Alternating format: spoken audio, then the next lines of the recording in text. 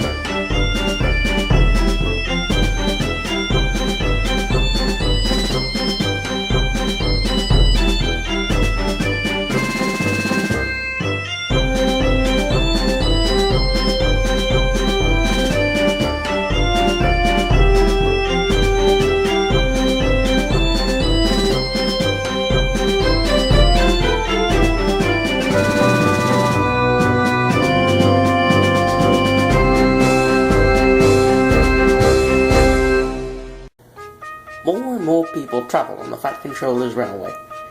The engines, coaches, and trucks all complain about the extra work. So, to solve the problem, a goods engine from Scotland, 57646, was ordered to help. But when it came, "There are two engines, Inspector?" "Yes, and exactly alike, sir, with no numbers." The Vat Controller went to see the engines. "Hello? What are your names?" "Donald and Dougie Saddle. But we'll only give him those names after we lost our numbers." "Very well, but one of you is not 57646 and will be found out and sent home. Inspector, set these two to work." Soon workmen came to give the twins their numbers.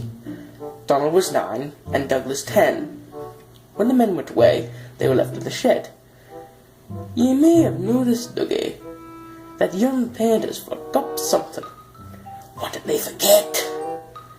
"They painted brand new numbers on our fenders." "But they put none on us." Donald winked broadly at his twin. "You mean, Douglas, that we can—" "Just that," chuckled Donald. "Hold you wished. Here's the Inspector." "Now 9 and 10, small Inspector. Here's Duck. He'll show you around before you start work." The twins enjoyed themselves and were soon friends with Duck. They didn't mind what they did. They tackled goods trains and coaches easily, for once the twins had shunted them, trucks knew better than to try any tricks. "We like it fine here," said Donald. "That's good," smiled Duck. "But take my tip. Watch out for Gordon, Henry, and James. They're sure to try some nonsense." "Done it fast yourself," chuckled Douglas. "We'll soon settle them." Donald and Douglas had deep-toned whistles. "They sound like buses," said Gordon. "Or ships," sniggered Henry. "Tugboat Annie," laughed Gordon. "Ha, ha, ha." Donald and Douglas cruised quietly up, one on each side. "You wouldn't be making fun of us now?" asked Donald. Gordon and Henry jumped. They glanced nervously from side to side. "Oh, no," said Gordon. No, certainly not," said Henry. "That's fine," said Douglas. "Now just mind the both of ye, and keep it that way." That was the way Gordon and Henry kept it. Every day, punctually, at 3:30, Gordon steams in with the express. It is called the Wild Nor'Wester, and is full of people from England, Wales, and Scotland. There is also a special coach for passengers travelling to places on Thomas's branch line.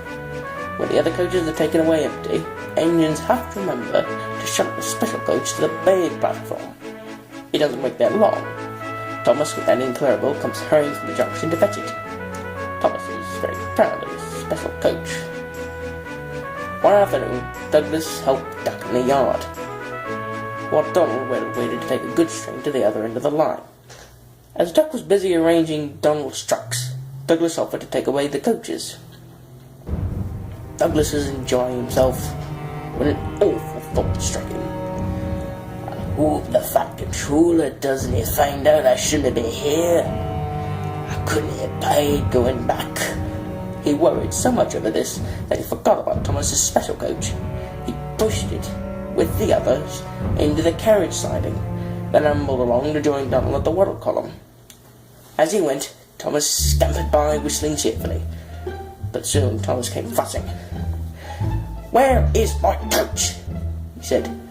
"Coach?" said Donald. "What coach?" "My special coach that Gordon brings to me." "I must find it," he said, and bustled away. "Lost sakes," said Donald. "I'm only stood the special coach with the others." "You see that?" exclaimed Donald's driver. A mob of angry passengers erupted from the siding. "They're complaining to the Fat Controller. He'll be coming here next." "Now listen," said Douglas's driver. "We'll change tenders. Then I'll war with ye, Donald, and take your goods. Don't fuss about us. Quick, now, do as I say." The Fat Controller and 3 passengers walked towards them, but Donald, with Douglas's tender, number 10, was out and away with the goods before they came near. Douglas and his crew waited with innocent expressions, hoping the Fat Controller would not catch on to their little trick. "Ah," said the Fat Controller, "number 9. Now why have you not taken the goods?" My tenders, or what, sir?" The driver showed him the tender, still uncoupled. "I see. Some defect, no doubt. Now tell me, why did number 10 leave so quickly?" "Maybe, sir," put in Douglas. "He saw you coming in and thought he was right." Said the Fat Controller. He turned to the passengers. "Here, gentlemen, are the facts. Number 10 has been shunting the yard, and your coach disappears. We investigate, and number 10 disappears as well. You can all draw your conclusions. Please accept my apologies. The matter will be investigated. Good afternoon." The Fat Controller watched them till they climbed the station ramp. His shoulders twitched. He wiped his eyes. Douglas wondered if he was crying, but he wasn't. He swung round suddenly, pointed accusingly at the engine. "Douglas," he rapped, "why are you masquerading around with Donald's tender?" Douglas's mouth gaped. He knew the game was up.